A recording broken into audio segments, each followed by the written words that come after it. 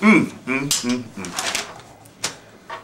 sitting here going through the paper, man, over the years, checking out the Florida Sentinel, and they like going back in time, and I see probably like afros and big butterfly collars. So I'm thinking the year is probably like 1970 something, probably like right around 1974. I was probably like 3-year-old then, man. And you know, I goof off all the time on the radio. We do stuff, but something very serious and very inspirational and emotional right now sits beside me. Mr. Jimmy. How you doing? I'm fine, sir.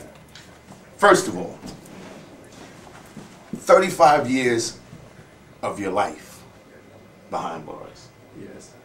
35 years for me, that's almost a lifetime. I ain't gonna tell my age, but that's almost a lifetime. First of all, I will say this, welcome home. Nice to be here. The devil is a liar. Yes, he is. Always stay prayed up. Let's go back. When was it? 1974. 74. You were wrongly convicted of what? A rape charge. A rape charge. And how many years were you actually sentenced? 25 mandatory with a life sentence. With a life sentence. You first do the mandatory quarter and it's unlimited at that point. And when did this happen? Where did it happen? This happened in Lake Wales. Lake Wales. In 1974, when racism was pretty much at an all-time high. Yes. And were you wrongly convicted of raping a white female? No, a black female. A black female? Black male. A black male? Yes. Wow. Wow. In 35 years. And when you went to court that day and the judge said guilty. Yes. And you knew in your heart and your mind and your family, your mom, and everybody knew that you were innocent. Yes. What was it like, the first thing in your mind? Snatched, taken away from my mother. Mm-hmm.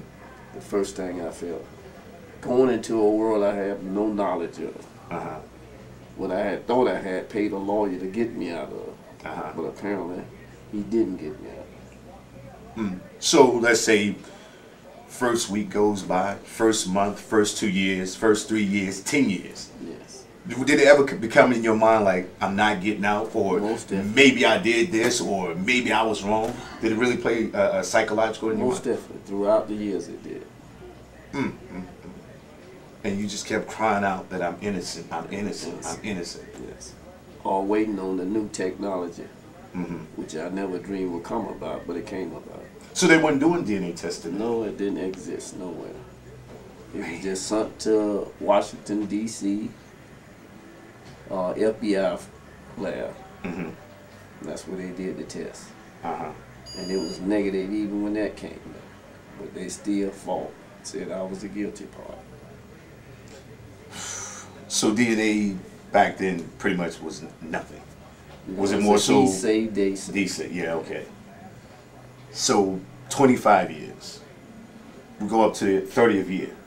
At what point did the system or government or your people like, hey, let's do this new technology, let's test this and get this man out of prison, or even give him a chance to reopen the case? No, it wasn't like that. So you have to file a certain motion. If you didn't file a motion, you're going to sit there regardless. You first have to file a motion. I filed a motion, a 3.850 was filed. That's what got me in there. So it would be a safe bet to say that there's probably many other men in your same position, pretty much your same story, that's in prison right now? Yes. And what's taking the government so long, or our system so long, to exonerate these men? Well, it's a backup right now, being that the new technology is here. And from my understanding, it takes a lot of money if you haven't filed your motion. And also, there's a lot of guys haven't filed their motion because they don't know how to go by it. And, you know, and as I sit here today, it was January 21st. I really want to be a spokesman or a person, because 3 or 4 years ago, Alan Crossan out of St. Pete, he was wrongly convicted of rape, and he did 25 years in prison. And when I was speaking with him, the most profound thing that he says, people are asking me about the money I'm going to receive or being compensated. He says, that's not important. The most important thing that I wanted was the 25 years I wasn't with my mom, because his mom died in prison. Yes. And your mother is sick now, right? Yes, but I lost my stepfather Oh man. while I was doing those 35 years, which they both made an agreement that I have something when I got out, way before he passed. So they already had the faith that you lived it out. Yes. And I know that has to be like the most sad and hard thing when a mother's child is in prison and she knows. Your mama know. Yes. Your mama know when you're right or wrong. Yes. Mama know when you stole that cookie out the cookie jar. Yes. She know. Yes. But so many things. Obama. Yes. Presidents. Yes. Did you ever think in your wildest dreams or your imagination when you was locked up in that cell that all these things would happen that you would miss out on? No. Never thought I'd see it in my lifetime. Not only mine, it's my mother. So, what is like the hardest thing for you to get adjusted to today in today's society? Actually, in society today, for me to adjust is the technology.